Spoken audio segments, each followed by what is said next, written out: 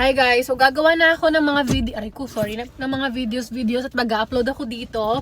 So ayan, wag niyo kalimutan mag-follow sa ating page at mag-subscribe dito. So okay, ayan. Ang topic natin syempre ay tungkol sa Virgos. Kung Virgo ka ay ito ay para sa'yo. Kung hindi mo pa kilala ang sarili mo, well, makinig ka at hindi ka nag-iisa. At marami magko-comment dyan na marami silang nakarelate sa videos ko. Well, ito na yan. Okay. So, hindi ka nag-iisa. May mga bagay-bagay talaga sa mundo na, alam mo yung pare-pares tayo. Kahit hindi naman tayo lahat Virgo o let's say, walang Virgo o zodiac sign. Pero depende sa tao na makaka-relate o makakarinig nito, okay? Kung hindi nyo pa kilala sarili nyo, okay, makinig ka. Ang mga Virgos sila ay talented. When you say talented, or madiskarte pala, ganyan. Hindi man tayo dancer o pinalaking mga singer. Pero pagdating naman sa pagkakakitaan ng pera, palagi tayong may way para kumita or magkaroon ng income. And yung sinasabi nila na human detective, ganyan, totoo na ang Virgo ay may pagka-detective talaga.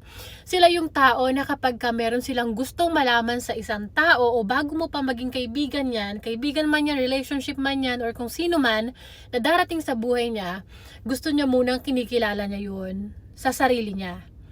And pag may mga partner, halimbawa nag-cheat, hindi sila napapakali kapag may something na nangyayari sa paligid niya, nararamdaman ng dibdib niya, hindi siya makatulog, hindi siya makafocus, balisa siya kapag mga something na nangyayari o may nagtatraidor sa kanya, may something na mangyayari like for example aksidente or may mamamatay, sila yung tao na hindi sila mapakampante.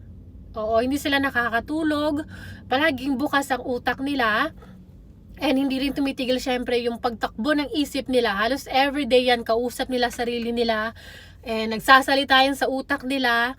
Talagang hindi siya tumitigil yung kakaisip ng kakaisip. Ayun nga, pagdating sa mga ganyang sitwasyon, nalalaman nila kapag sinisiraan sila ng ibang tao or may ginagawang masama sa sarili nila, sila yung nakakaalam. And also, meron silang kakaiba na navivision nila yung minsan yung mangyayari, na napipredict nila yung mangyayari. Kaya minsan maraming mga psychic yan, sorry. Ayun, so may mga psychic na, alam niyo yun, minsan katulad ni, sino ba to? Sino yun ang hula sa Pilipinas? Nakalimutan ko na. Pero September din yon. And totoo na malakas maka-vision ang mga Virgo pagdating sa mga ganyan. Pero hindi naman, depende ha. Well, hindi siya yung masasabi mo na ano yung sa loto, number sa loto. Hindi ganoon. Kasi kung totoong ganun yan, ay sa sarili nila tinanan nila sa loto. Pero hindi. Minsan bigla na lang ma-vision or may isip ng isip mo, 'di ba? And wag niyo silang sasaktan kasi kadamihan sa mga taong nasaktan, especially mga Virgos, gaya nga nasabi ko, naniniwala talaga sila sa karma. Once na sinaktan nyo yung mga yan guys, merong karma na babalik sa inyo. Hindi sila yung gumaganti, tahimik lang sila. And minsan inaakala ng ibang tao na utu-utu sila, diwag sila, or wala kasing imik. Pero hindi, pinagpapasa Diyos na lang nila kasi takot silang makulong auntie. Kaya naman, yung mga taong nanakit sa akin, na sila talaga yung nanakit guys. At hindi nila ako pinaniwalaan kasi tayo mga Virgos hindi tayo nag-i-explain or hindi tayo mahilig sa mga explain na ganito kasi nangyari patawarin mo ako, ganito kasi yan magsasorry kami isang beses and mag-i-explain kami na isang beses. Once na hindi nyo kami pinaniwalaan sa isang beses na yan, wala na, tapos na, hindi ka na makakarinig sa akin ng an explanation kung bakit ganito, bla bla bla. Kung hindi ka niniwala, that's okay. And kami yung mga tao na hindi namin pina-force yung mga tao sa paligid namin na kampihan kami, kaibiganin kami, paniwalaan kami. Kasi kami yung klase ng tao na kahit wala kaming friends, kaya naming mabuhay. Kaya naming lumabas, kumain na mag-isa, mag-shopping mag-isa, mag-mall, ganyan. Kaya namin umalis ng kami lang mag-isa at walang invite, that's okay. Kasi sanay kaming ganon, pinanganak kaming ganyan. So sinasabi ng iba, introvert ang Virgos, extrovert, o bla bla bla. Introvert kasi yung pinaka number 1 na naririnig ko. So to be honest, ang mga Virgo ay pwede silang introvert at extrovert. Ang ugali nila ay nakadepende sa mga taong nakakasama nila. Masiyahin yan, makulit yan, pasawa yan, isip bata yan, madaldal yan. Halos lahat din ng mga extrovert na mga Sila din yun. Kaya lang, nilulugar nila syempre yung mga pagka-childish, pagka-kulit-kulit, biro-biro. Hindi sila yung basta-basta na lang, alam mo yun, wala sa timing yung pagiging isip bata. Wala sa timing yung paghaharot. Alam niyo yun? Pinakaayaw namin ng mga ganyang klaseng tao na parang laging main character or lagi na lang akala mo kakaiba. Ayaw namin ng ganon. So kami, nilulugar namin yung ingay. Syempre, kung gusto mo ng ingay, di doon tayo sa club, doon tayo sa bar, sa club, ganyan. 'Di ba? Hindi kami basta mag-iingay o magwawala na lang basta para lang sa atensyon ng ibang tao, which is hindi kami ganoon. And totoo na sobrang mahiyain ng Virgo. Sobrang mahiyain yung mga yan. And depende rin syempre sa nakakasama. Usually kasi yung mga yan, sa sobrang hiya nila sa una lang yan. At kapag pumalagay na syempre yung, ito na, kitang-kita mo na yung vibes, yung energy ng conversation, at yung mga nakapaligid sa'yo, tsaka nalalabas yung kulit niya, o yun nga, yung pagiging masiyahin, pero sobrang mahiyain yan pagdating sa una pa lang. And ano pa ba yung mga dapat natin pag-usapan? Okay, so ayun, wag nyo silang gagawa ng masama kasi nga, ang karma ay kahit ilang years pa yan, linggo, buwan, years, o ilang dekada man yan, once na ginawan mo yun ng masama, after how many years, mababalitaan mo, namatayan, na aksidente, nagkaroon ng sakit. Basta kahit sino, kahit di naman Virgo, huwag kayong gagawa ng masama sa kapwa ninyo, okay? Kasi ang balik niyan ay kakaiba. Hindi sila nagre-revenge katulad ng mga iba dyan na sisiraan nyo or sisirain nyo yung buhay or ganyan. Ang Virgo, tahimik lang sila, low-key, simpleng tao, at pinagpapasa Diyos na lang nila talaga yung karma. And ang dami kong mga kakilala na, alam niyo yun, na sila yung gumawa sa akin ng masama, tapos yung iba sinisisi sa akin, since hindi nga ako mahilig makipag-usap or mag-explain ng self ko sa ibang tao. So, kumbaga, inaano nila yung chance na, okay, gamitin natin siya, so isisi natin sa kanya or ganito. So, ako tahimik lang ako. Bahala sila, siraan nila ako kung ano, tahimik ako. Pero after how many years, nagugulat na lang ako, namatay yung asawa ni ganito, namatay si ganito, yun yung mga nambuli sa akin, or kung sino man nagsabi ng masama sa akin, basta tahimik lang ako, ganyan. Yan naman ang panlaban natin, yung katahimikan eh. May baka may magtanong dyan, Virgo din po ba kinakarma pag sila gumawa? Of course, kahit sino. Just imagine na walang Virgo, zodiac sign na naimbento. Lahat ng tao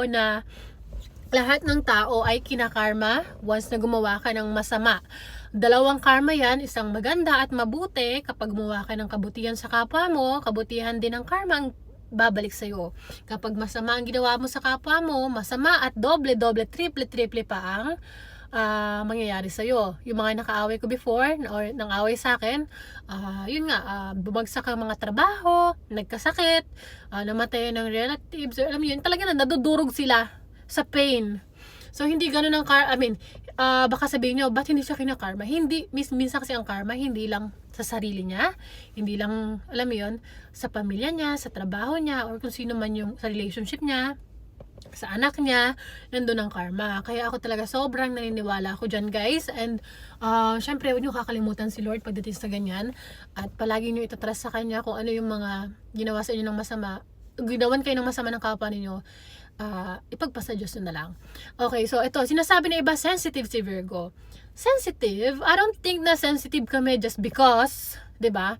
So, ang pagka-sensitive natin ay, syempre, tatrato mo ako ng ganito or sasabihan mo ako ng masama or hindi ka nais-nais sa akin, tapos sasabihin mo sensitive ako. Ano yun? Wala akong karapatan na magalit? Wala akong karapatan na mag-react? Okay ka? Okay yun? 'Di ba? And ang Virgo ay totoo ang sinasabi nila na mahirap silang kalimutan. Alam nyo guys, marami akong kakilala, friends, or yung ex ko man before nga, ex nga, diba? O ex, ganyan, or kasi naman mga friend ko na dati na akala ay ako yung plastic, ganyan. Sila, ina-add nila ako sa FB, ina-add nila ako sa ganito, kinakamusta nila ako, well, I don't know, kung gusto lang nila akong balitaan, kung may something na nangyari sa akin, something wrong sa buhay ko, 'di ba? Kasi ganoon lang naman ang ako kasi hindi ako ma-share sa mga tao. So, kaya mag-iingat kayo sa mga tao sa paligid ninyo, hindi lahat friends ninyo, alam nyo, as a Virgo, alam nyo na hindi ganun kahalaga ang friends sa atin. I mean, hindi paramihan. Mahalaga sa akin yung mga friends ko na mahal ako, and nirerespeto ko at mahalaga sa akin. Mahalaga ako sa kanila, ganun pala sasabihin ko. So, ayun, teka nga, nalilito ako. Nasaan na ba ako? Mahirap talaga pagka walang cut yung video, no? Okay, so mahirap kalimutan yung mga yan kasi may mga ex na, alam mo yung kakamustahin ka pa din. May something sa'yo na kahit papano, nare-realize nila na sila yung mali. Pag na-realize nila sila yung mali, lalapit yan sa'yo, kakamustahin ka at hindi ka nila makakalimutan. Especially tayo mga Virgos ay mapalabigay tayo sa kapwa. Palabigay and maalalahanin tayo. Tayo yung klase ng tao na kapag inalala tayo or mas nakikita nating na-appreciate tayo o may care sila sa atin, hindi natin makakalimutan even yung mga birthday nila or yung mga happy moments nila. Makakalimutin tayo at some point, pero matindi yung memories natin pagdating sa mga important na bagay. Totoo yan. Hindi tayo mahirap tayong kalimutan. And may mga naka-flirt ako before. Alam nyo, kinakamusta pa rin nila ako. Oo, kinakamusta nila ako. Nagtataka na lang ako minsan like, ay, naalala nyo pa ba ako after how many years? And yung mga classmates ko din, yung mga friends ko na nakasama ko, barkada, palagi nila na aalala yung mga kabutihang ginawa ko. Like for example, may mga moment na kailangan nilang bumili ng tinapay, gutom sila. Palabigay kasi tayo, 'di ba? So naalala nila ako sa mga ganyan na palabigay ako. Pero nung araw yun siguro, pero ngayon iba na kasi ang mga nung araw kasi tinapay lang masaya na. Pero ngayon Diyos ko, mangungutang sa iyo 50,000. Tapos pag di mo pinautang, auntie, galit pa sa iyo. 'Di ba? So, nakakaloka, no? Ayan, kung gusto niyo ng mga ganitong content, guys, huwag niyo kalimutang mag-subscribe dito at punta kayo sa Lychee Home Chef Virgo sa Blue app. Aray ko, nasunod yung mata ko. So, may mga Virgo content doon. At nga pala, mga Virgos, mahilig sila sa mga ganitong design. I don't know why. Hindi ako mahilig sa mga di ba may mga nagtatanong minsan dyan, Virgo, rising, blah, blah, blah, moon, sun, something like that. I don't know about it. Hindi ako nagbabasa ng mga astrology. But, yung mga sinasabi ko kasi na about Virgos, usually, character ko yon, ugali ko yon, na nakaka-relate lang din kayo. And may mga tao pala nagsasabi na masyado kayong bumabase sa Virgo, sa zodiac sign, masyado yung pinapaniwalaan o sinasamba yung mga ganyan. No. To be honest, no, hindi. Just imagine na walang Virgos, walang zodiac sign sa mundo. Marami tayo, hindi tayo nag-iisa. Kaya lang, yun nga lang, syempre, asa September, mas madali nang sabihin kasi Virgo, maraming nakaka-relate, 'di ba? Like, So yun guys, huwag niyo kalimutan mag-subscribe.